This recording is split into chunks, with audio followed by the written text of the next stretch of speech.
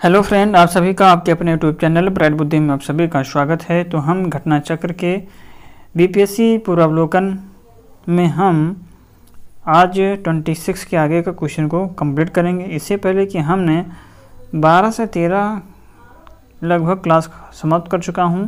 अगर आप नहीं देखे हैं तो जा कर के पिछला वीडियो देख सकते हैं। तो ये आधुनिक भारत के इतिहास के क्वेश्चन को हम यहाँ पर पढ़ रहे हैं, जो एग्ज़ाम की दृष्टि से बहुत ही महत्वपूर्ण है। आप इसे बार बार रिवाइज करके देख सकते हैं, इसीलिए हम यहाँ पर कुछ फास्ट करके ही कंप्लीट कर रहे हैं, जिससे आपका यहाँ पे रिवीजन हो और ज़्यादा समय बर्बाद ना हो। तो इसलिए हम यहाँ पर केवल आपको क्वेश्चन और क्वेश्चन के आंसर और उसके एक्सप्लेनेशन को पढ़ करके हम यहाँ पर आपको समझा रहे हैं। अगर आपको, क्योंकि ये आप इस कहीं भी वीडियो को देख सकते हैं और समझ सकते हैं, जो कि एग्ज़ाम की दृष्टि से बहुत ही इम्पॉर्टेंट है। तो अगर वीडियो अच्छा लगे तो लाइक कमेंट शेयर जरूर कीजिए, और जो पहली बार देख रहे हो चैनल को जरूर सब्सक्राइब करके बेल घंटी दबाएं। तो आज का पहला क्वेश्चन है, ये हमारा पहला क्वेश्चन है कि अनुशीलन समिति थी। तो अनुशीलन समिति क्या थी? एक क्रांतिकारी संगठन था। अनुशीलन समिति एक क्रांतिकारी संगठन था और बंगाल में कुल 19 समितियों में होने के प्रमाण मिलते हैं। अनुशीलन समिति एक क्रांतिकारी संगठन थे और बंगाल में कुल 19 समितियों के होने के प्रमाण मिलते हैं। अनुशीलन समिति जो मिदनापुर, ढाका, कलकत्ता और मिदनापुर में 1902 में स्थापना किया था ज्ञानेंद्र नाथ बसु ने किया था। वही ढाका में अनुशीलन समिति अक्टूबर 1906 में और पुलिन बिहारी दास जो सर्वाधिक संगठित थी। कलकत्ता में मार्च 1902 सतीश चंद्र बसु शेखर बंदोपाध्याय की पुस्तक के अनुसार है, मार्च 1902। वही अगर 1902 में ये प्रमथनाथ मित्र अध्यक्ष थे और सत्येंद्र नाथ बनर्जी, बाघा जतिन, बरिंद्र नाथ घोष, सुमित सरकार के अनुसार 1902 में इसकी स्थापना हुई। 1902 में सरल घोष का अखाड़ा और 1902 में कुछ युवकों के द्वारा आत्मोन्नति समिति का गठन। बरिंद्र घोष एवं भूपेंद्र नाथ दत्त के नेतृत्व में 1906 में 6 से युगांतर का प्रकाशन हुआ था। हेमचंद कानून गो जो थे, एक कलकत्ता अनुशीलन समिति के सहयोगी एवं बम विशेषज्ञ थे। वर्ष 1913 में पटना में अनुशीलन समिति की एक शाखा की स्थापना किसने किया था? तो 1913 में पटना में अनुशीलन समिति की एक शाखा की स्थापना किसने किया? तो ये सचिन नाथ सान्याल के द्वारा किया गया था। वर्ष 1913 में सचिन नाथ सान्याल ने पटना में अनुशीलन समिति की एक शाखा स्थापित की। सचिन नाथ सान्याल का जन्म बनारस में हुआ था। इन्होंने अपनी आत्मकथा बंदी जीवन शीर्षक से लिखी है। किसने 1913 में अनुशीलन समिति की एक शाखा की स्थापना पटना में किया था? तो ये सचिन नाथ सान्याल ने किया था। 1913 में अनुशीलन समिति की एक शाखा की स्थापना पटना में सचिन नाथ सान्याल के द्वारा किया गया था। वर्ष 1913 में पटना में अनुशीलन समिति की एक शाखा की स्थापना किसने किया था? तो ये सचिन नाथ सान्याल के द्वारा किया गया। चिटगांव शस्त्र छापामारी की योजना बनाई गई थी। ये सूरसेन के द्वारा बनाया गया था। चिटगांव शस्त्रागार धावे को मास्टर दा के नाम से प्रसिद्ध सूरसेन ने आयोजित किया था। सूरसेन ने बंगाल में इंडियन रिपब्लिकन आर्मी की स्थापना की थी। इसके सदस्यों में अनंत सिंह, अंबिका चक्रवर्ती, लोकीनाथ और प्रीति लता वाडेकर, गणेश घोष, कल्पना दत्त, आनंद गुप्त प्रमुख थे। 18 अप्रैल 1930 को सूरसेन ने अंग्रेजों के विरुद्ध युद्ध की घोषणा की। सूरसेन के नेतृत्व में IRA के सदस्यों ने चिटगांव शस्त्रागार पर आक्रमण कर हथियारों पर कब्जा कर लिया। 22 मई 1930 को IRA के सदस्यों और सेना के बीच संघर्ष हुआ, जिसमें 80 सैनिक और 12 क्रांतिकारी मारे गए। 16 फरवरी 1933 के सूरसेन को गिरफ्तार कर लिया गया और उनके ऊपर मुकदमा चला तथा 12 जनवरी 1934 को उन्हें फांसी दे दी गई। चिटगांव शस्त्रागार धावे से कौन संबंधित थे? तो ये सूरसेन संबंधित थे। निष्क्रिय विरोध के सिद्धांत का प्रतिपादन किसने किया था? निष्क्रिय विरोध के सिद्धांत का प्रतिपादन अरविंद घोष के द्वारा किया गया था। निष्क्रिय विरोध के सिद्धांत का प्रतिपादन अरविंद घोष ने अपनी पुस्तक वंदे मातरम में किया। उनका मानना था कि अंग्रेजों को भारत अविलंब छोड़ देना चाहिए। जब तक अंग्रेज सेना ऐसा नहीं करते तब तक उनके विरुद्ध विरोध प्रदर्शन करते रहना चाहिए। सरदार उधम सिंह ने किसे मारा था? तो सरदार उधम सिंह ने माइकल ओ डवायर को मारा था। सरदार उधम सिंह ने माइकल ओ डायर को मारा था। उधम सिंह ने जलियांवाला बाग हत्याकांड के अप्रत्यक्ष रूप से जिम्मेदार lieutenant governor Michael O'Dwyer की लंदन में मार्च 1940 में हत्या कर दी थी। 1923-28 के काल में भारतीय राजनीति में क्रांतिकारी कार्यविधियों की पुनरावृत्ति का कारण क्या था? तो ये इसका कारण जो था गांधी जी के द्वारा असहयोग आंदोलन का स्थगन। 1922 के बाद असहयोग आंदोलन के स्थगन और देश में किसी भी प्रकार की राजनीतिक गतिविधियों के अभाव से बहुत से क्षमतावान राष्ट्रवादी युवाओं का मोह भंग हो गया। ये युवा गांधी जी के नेतृत्व और अहिंसात्मक संघर्ष की राजनीति से भी असंतुष्ट थे। ये रूस, चीन, आयरलैंड, तुर्की, मिस्र आदि कहीं भी होने वाले क्रांतिकारी आंदोलन और विद्रोह से अनुप्राणित होकर हिंसात्मक माध्यम से ब्रिटिश शासन को उखाड़ फेंकने के लिए प्रयासरत थे। इस कारण यह काल भारतीय राजनीति में क्रांतिकारी कार्यविधियों की पुनरावृत्ति का काल माना जाता है। 1929 में खुदाई खिदमतगार को किसने संगठित किया था? तो इसे अब्दुल गफ्फार खान ने 1929 में खुदाई खिदमतगार को संगठित किया था। उत्तर पश्चिमी सीमा प्रांत में खान अब्दुल गफ्फार खान के नेतृत्व में खुदाई खिदमतगार नामक स्वयंसेवक संगठन स्थापित किया था। इन्हें लाल कुर्ती के नाम से भी जाना जाता है। लाल कुर्ती संगठन ने पठानों की राष्ट्रीय एकता का नारा बुलंद किया और अंग्रेजों से स्वतंत्रता के लिए ब्रिटिश उपनिवेशवाद के विरुद्ध आंदोलन संगठित किया तथा श्रमजीवियों की हालत में सुधार की मांग की। ज्ञातव्य है कि जब अन्य प्रांतों में मुसलमान स्वयं को सत्याग्रह आंदोलन से अलग रख रहे थे तब उत्तर पश्चिम सीमा प्रांत के मुसलमान ने खान अब्दुल गफ्फार के नेतृत्व में सबने अभिज्ञा आंदोलन में एक महत्वपूर्ण भूमिका निभाई थी। भारत से अंग्रेज के कदम उखाड़ने के लिए रेड शॉर्ट्स आंदोलन किसने आरंभ किया था? तो ये खान अब्दुल गफ्फार खान ने रेड शॉर्ट्स आरंभ किया था। सीमांत गांधी के नाम से किसे जाना जाता है? तो अब्दुल गफ्फार खान को जाना जाता है। खान अब्दुल गफ्फार खान को सीमांत गांधी के नाम से जाना जाता था। किसी भी सरकार ने नहीं और अंग्रेज़ों ने भी नहीं, जितना कि उस पठान ने काफ़ी बुद्धिमत्ता का परिचय दिया। शेरशाह सूरी के बारे में ये शब्द किसने कहा था? तो ये एच.जी. कीन के द्वारा कहा गया था। एच.जी. कीन शेरशाह सूरी के बारे में लिखते हैं कि किसी भी सरकार ने नहीं और अंग्रेज़ों ने नहीं भी, जितनी कि इस पठान ने काफ़ी बुद्धिमत्ता का परिचय दिया। दरअसल शेरशाह के बारे में ये टिप्पणी उन्होंने इसलिए किया क्योंकि बहुत ही कम समय में शेरशाह ने भारत में मुसलमानों से सत्ता का बागडोर छीन करके अपने हाथ में ले लिया था। फ्रंटियर गांधी का असली नाम क्या था? तो इनका असली नाम अब्दुल गफ्फार खान था। ब्रिटिश भारत के पंजाब प्रांत, भूतपूर्व उत्तर पश्चिम सीमा प्रांत के पेशावर जिले अब पाकिस्तान में के एक गांव में जन्मे अब्दुल गफ्फार खान सीमांत गांधी, बादशाह खान, फ्रंटियर गांधी और फ़ख-ए-अफ़गान आदि नामों से जानते हैं। इन्हें 1987 में भारत रत्न की उपाधि से सम्मानित किया गया। भारत से बाहरी क्रांतिकारी गतिविधियाँ। लंदन में इंडियाज़ हाउस के संस्थापक कौन थे? तो श्यामजी कृष्ण लंदन में इंडियाज़ हाउस के संस्थापक थे। फरवरी 1905 में लंदन में श्यामजी कृष्ण ने इंडियन होम रूल सोसाइटी की स्थापना की। इन्होंने इंडिया हाउस की भी स्थापना की थी। यहाँ से एक समाचार पत्र द इंडियन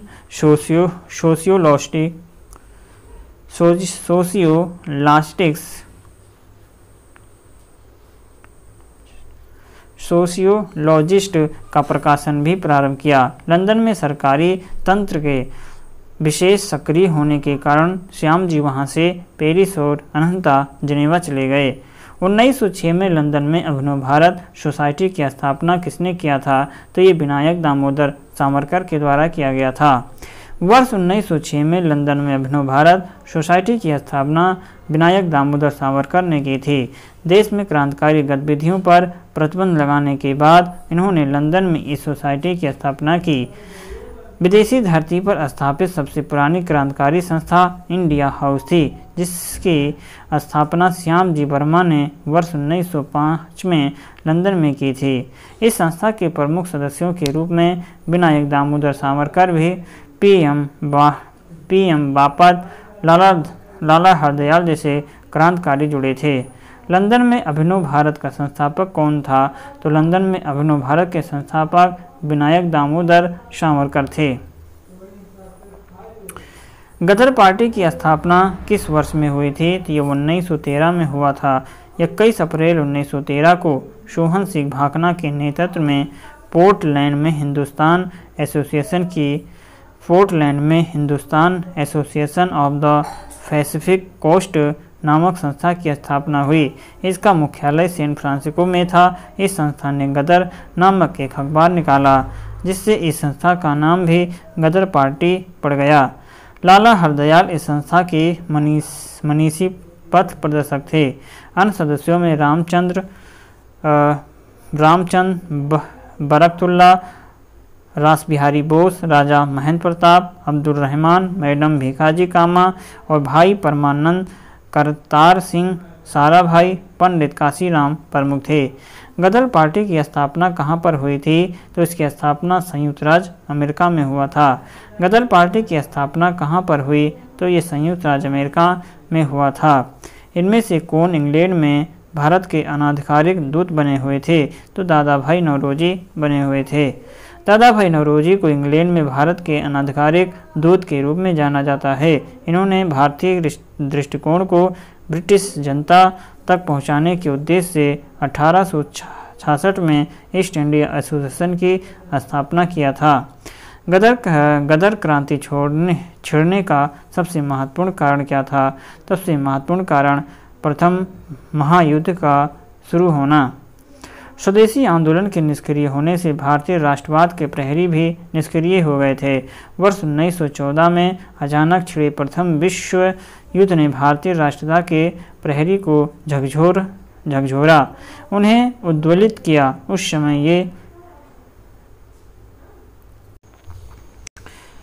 उस समय धारणा प्रचलित थी कि ब्रिटेन पर किसी भी तरह का संकट भारत के हित में है, उनके लिए एक मौका है। इस मौके का कई जगहों पर कई तरह से फ़ायदा उठाया गया। उत्तरी अमेरिका में गदर क्रांतियों और भारत में लोकमान्य तिलक, एनी बेसेंट व उनके स्वदेशी संगठनों ने इस मौके का लाभ उठाया।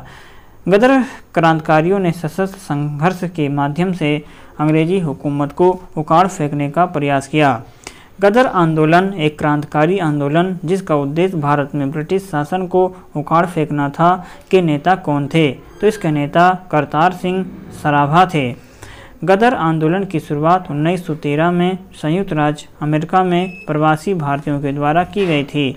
इसके प्रमुख नेता सोहन सिंह, करतार सिंह सराभा, रास बिहारी बोस आदि थे। गदर आंदोलन को उद्देश्य भारत में ब्रिटिश औपनिवेशिक सत्ता को सशस्त्र तख्तापलट करना था। जर्मनी के समर्थक से काबुल में राजा महेंद्र प्रताप सिंह के नेतृत्व में अंतरिम सरकार का गठन हुआ था। तो उपरोक्त में से एक से अधिक मतलब जर्मनी के किसके समर्थन से काबुल में राजा महेंद्र प्रताप सिंह के नेतृत्व में अंतरिम सरकार का गठन हुआ था?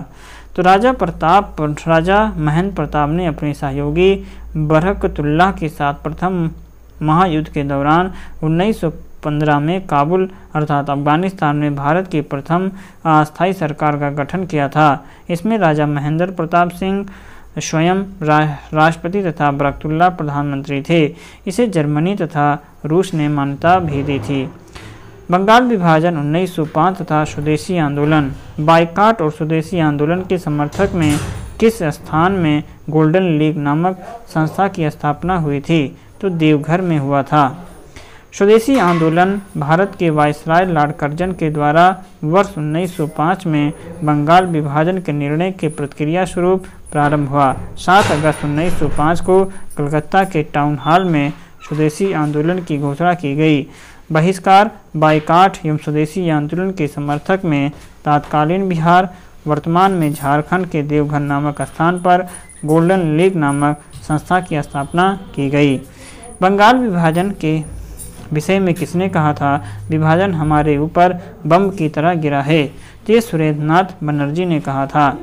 बंगाल विभाजन के विषय में सुरेंद्र नाथ बनर्जी ने कहा था, विभाजन हमारे ऊपर बम की तरह गिरा है।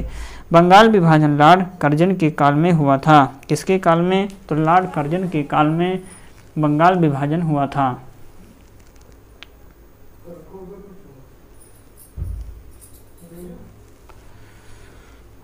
बंगाल विभाजन के प्रत्याघात के रूप में कौन सा आंदोलन शुरू हुआ था? तो ये स्वदेशी आंदोलन शुरू हुआ था।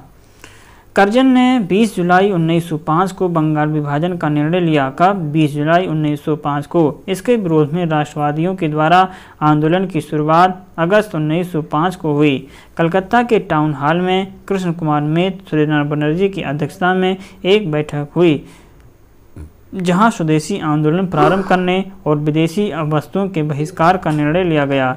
16 अक्टूबर 1905 को जब बंगाल विभाजन लागू हो गया, उस दिन को शोक दिवस के रूप में मनाने की घोषणा की गई। रविंद्रनाथ टैगोर के सुझाव पर इसे राखी दिवस के रूप में मनाया गया। तो यह दिवस राष्ट्रवादियों के द्वारा बंगाल की अटूट एकता को प्रदर्शित करने के लिए मनाया गया। टैगोर की शांति निकेतन के तर्ज पर बंगाल नेशनल कॉलेज की स्थापना की। बहुत कम समय पूरे देश में अनेक राष्ट्रीय विद्यालयों की स्थापना हो गई। अगस्त 1906 में राष्ट्रीय शिक्षा परिषद का गठन हुआ। स्वदेशी आंदोलन में आत्मनिर्भरता, आत्मशक्ति का नारा दिया गया। स्वावलंबन व आत्मनिर्भरता का प्रश्न राष्ट्रीय स्वाभिमान, आदर और आत्मविश्वास के साथ जुड़ा था। कांग्रेस ने भी अपने कलकत्ता अधिवेशन 1906 में स्वदेशी आंदोलन, बहिष्कार आंदोलन, राष्ट्रीय शिक्षा और स्वशासन से संबंध 4 प्रस्तावित किए गए। अतः स्पष्ट है कि बंगाल विभाजन के विरोध में राष्ट्रवादियों ने स्वदेशी, बहिष्कार और राष्ट्रीय शिक्षा और स्वशासन जैसे आंदोलन चलाए। वर्ष 1920 के आंदोलन अधिवेशन में CR दास ने गांधी जी के असहयोग प्रस्ताव को पेश किया था। प्रथम बार संघर्ष के तरीके के रूप में स्वदेशी एवं बहिष्कार किसके दौरान अपनाए गए थे? तो ये अपनाया गया था बंगाल विभाजन के दौरान। प्रथम बार संघर्ष के तरीकों के रूप में स्वदेशी एवं बहिष्कार भारत में कब अपनाया गया था? तो ये बंगाल विभाजन में अपनाया गया। बंग भंग के बाद कौन सा आंदोलन शुरू हुआ था? तो इसके बाद स्वदेशी आंदोलन शुरू हुआ था। वर्ष 1905 में बंगाल के विभाजन के समय भारत का वायसराय कौन था? तो उस समय वायसराय लॉर्ड कर्जन थे।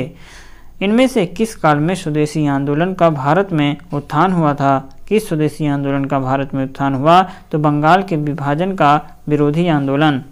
बंगाल का विभाजन प्रभावी हो गया था। 16 अक्टूबर 1905 को प्रभावी हो गया था।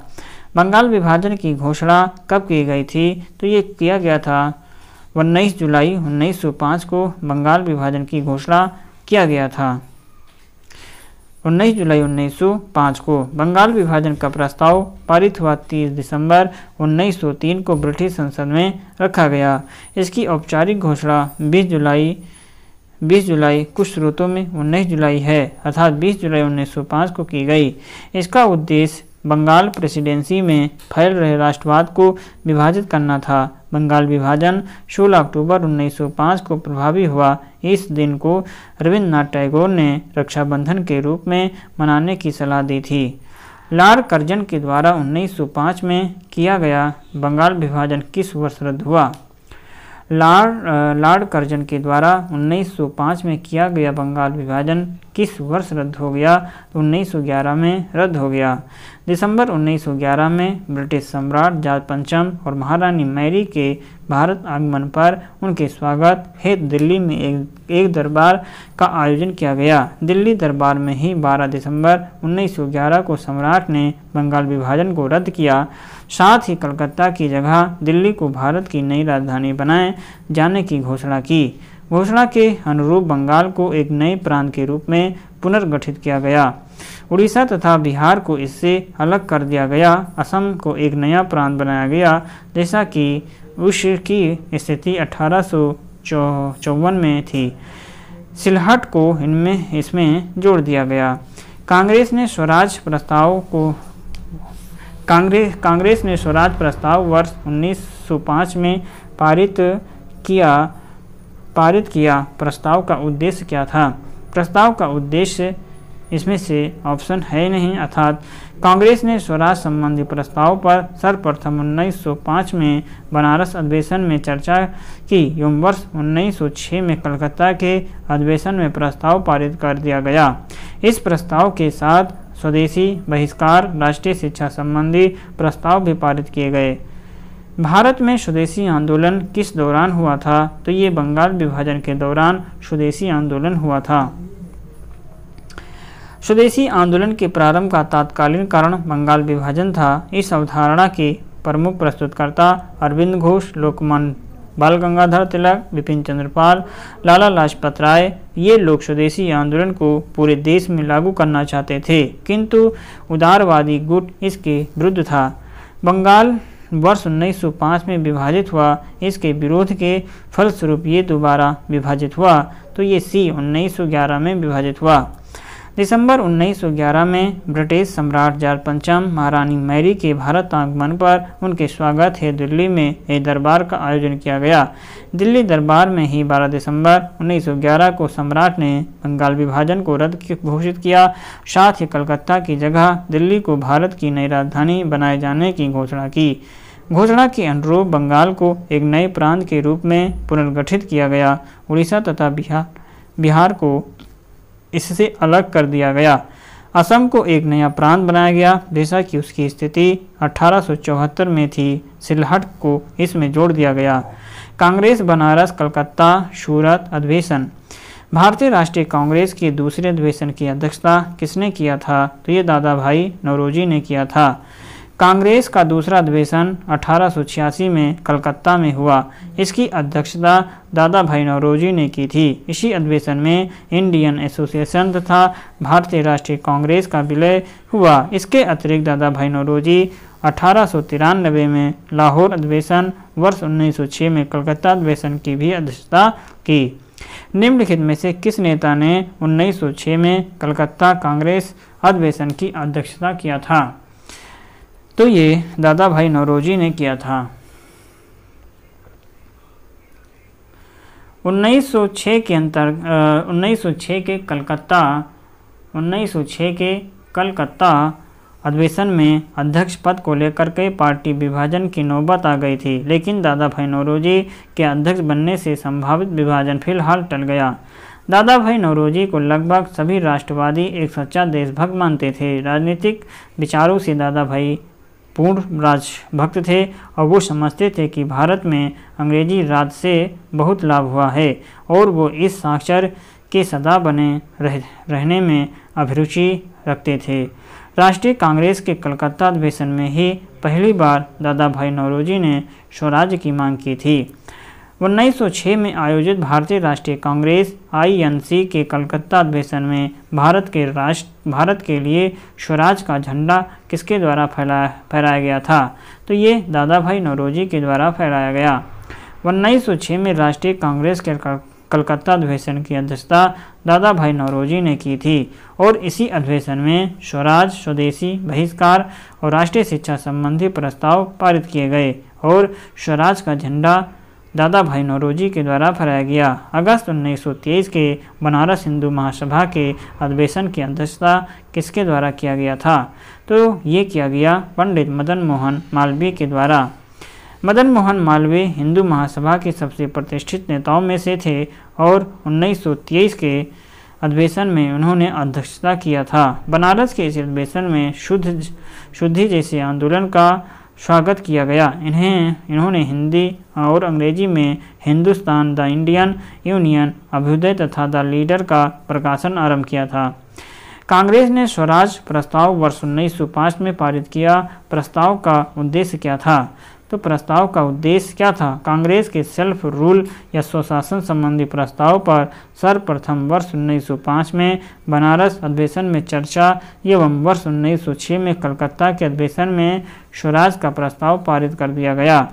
इस प्रस्ताव के साथ स्वदेशी बहिष्कार, राष्ट्रीय शिक्षा संबंधी प्रस्ताव भी पारित किए गए। 20वीं सदी के प्रारंभिक वर्षों में कांग्रेस में विभाजन की प्रक्रिया कब शुरू हुई थी?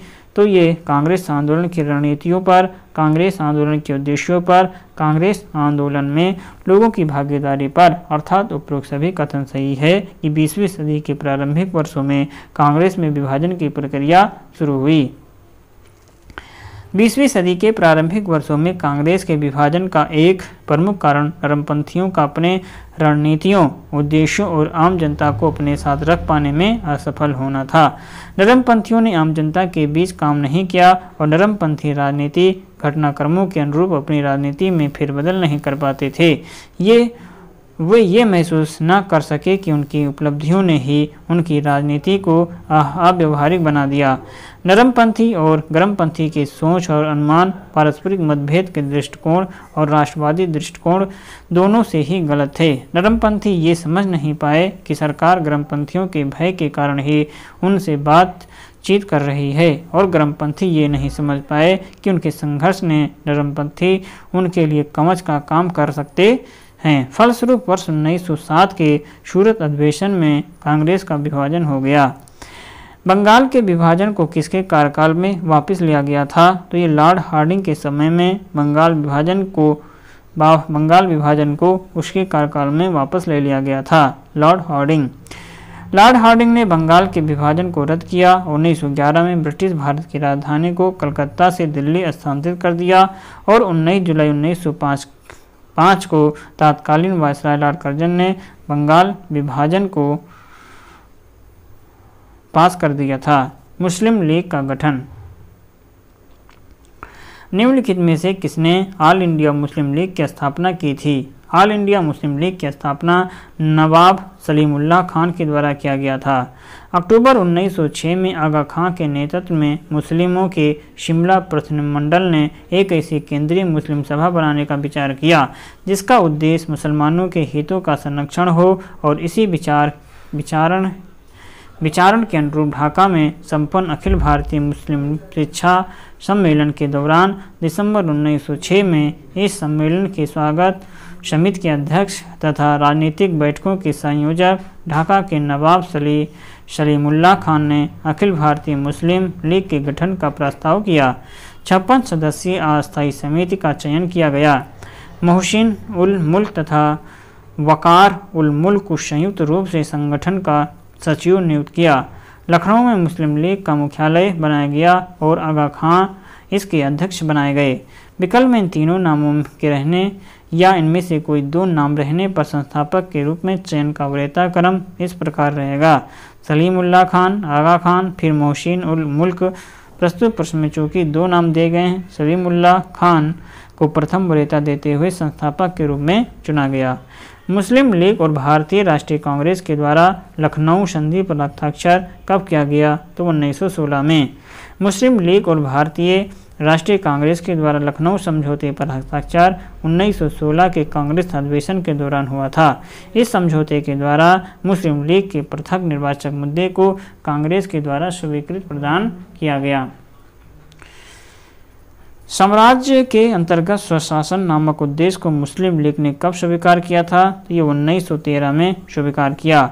ब्रिटिश साम्राज्य के अंतर्गत स्वशासन के उद्देश्य को मुस्लिम लीग ने 1913 में अपनाया था। मुस्लिम लीग ने अपना वार्षिक अधिवेशन नियमित रूप से कब प्रारंभ किया? तो ये उपरोक्त में से कभी नहीं। अखिल भारतीय मुस्लिम लीग की स्थापना दिसंबर 1906 में ढाका में हुई थी। इसके संस्थापक ढाका के नवाब सलीमुल्लाह खान थे। 1907 में मुस्लिम लीग का वार्षिक अधिवेशन कराची में तथा 1908 में अमृतसर में हुआ।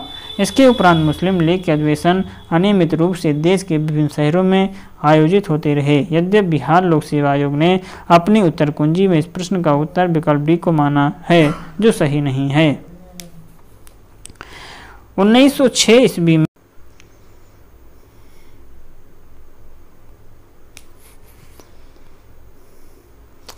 1906 में मिंटो से शिमला में मिले मुसलमान शिष्टमंडल ने प्रार्थना की।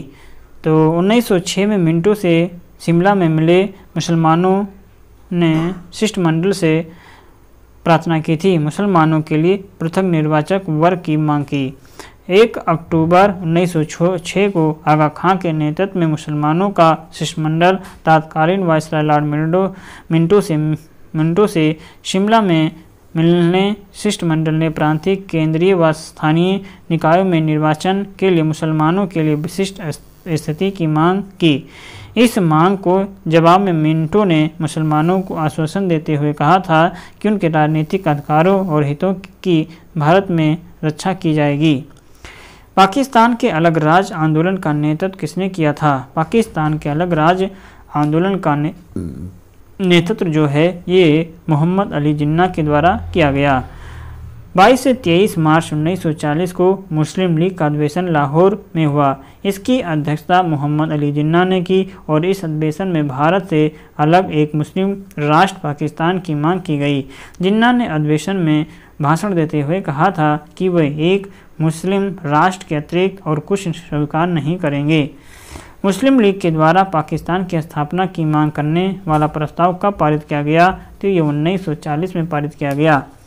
22 से 23 मार्च 1940 को मुस्लिम लीग के लाहौर अधिवेशन में प्रसिद्ध पाकिस्तान प्रस्ताव पारित किया गया, जिसका आधार ये था कि कोई संविधान मुसलमान को स्वीकार नहीं होगा जिसमें भारत के पूर्व और पश्चिम के मुसलमान बहुल क्षेत्रों को एक स्वतंत्र और सार्वभौम राज्य के रूप में स्वीकार न किया गया हो। मुस्लिम लीग के द्वारा किस तिथि को मुक्ति दिवस मनाया गया था? तो ये 22 दिसंबर 1939 को मुक्ति दिवस मनाया गया था। मुस्लिम लीग के द्वारा 22 दिसंबर 1939 को मुक्ति दिवस के रूप में मनाया गया था। मुसलमान यदि खुश और संतुष्ट हैं तो भारत में ब्रिटिश शक्ति का महत्तम बचाव होगा, ये किसने कहा था? तो ये W. हंटर के द्वारा कहा गया था कि मुसलमान यदि खुश और संतुष्ट हैं तो भारत में ब्रिटिश शक्ति का महत्तम बचाव होगा। W. हंटर ने अपनी पुस्तक द इंडियन मुसलमान्स में लिखा था कि मुसलमान यदि खुश और संतुष्ट है तो भारत में ब्रिटिश शक्ति का महत्तम बचाव होगा।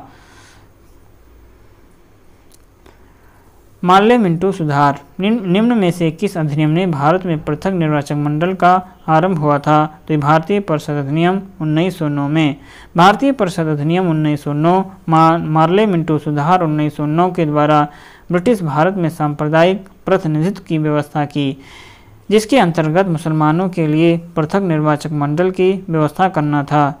राजेंद्र प्रसाद ने किसे पाकिस्तान का जन्मदाता माना है? तो लॉर्ड मिंटो को पाकिस्तान का जन्मदाता राजेंद्र प्रसाद ने माना है। राजेंद्र प्रसाद के द्वारा पाकिस्तान का जन्मदाता लॉर्ड मिंटो को माना गया। ज्ञातव्य है कि मिंटो के द्वारा 1909 के मार्ले मिंटो सुधार में प्रस्तुत सांप्रदायिक प्रतिनिधित्व प्रणाली ने सांप्रदायिकता को अत्यधिक प्रोत्साहन दिया, जिसकी परिणति अंततः विभाजन में हुई थी। दिल्ली दरबार और राजधानी परिवर्तन से संबंधित क्वेश्चन हम अगली क्लास में देखेंगे। तो आज के लिए बस इतना ही। वीडियो अच्छा लगे तो लाइक, कमेंट, शेयर जरूर कीजिए अपने हित में दोस्तों के साथ। और इस बीपीएससी पूर्वावलोकन के आधुनिक भारत के इतिहास को आपको बार बार रिवीजन करना है, जिससे आपको सारे क्वेश्चन अच्छे से याद हो जाए। चलिए हम मिलेंगे नई क्लास में, तब तक आप पढ़ते रहें, मस्त रहें। नमस्कार।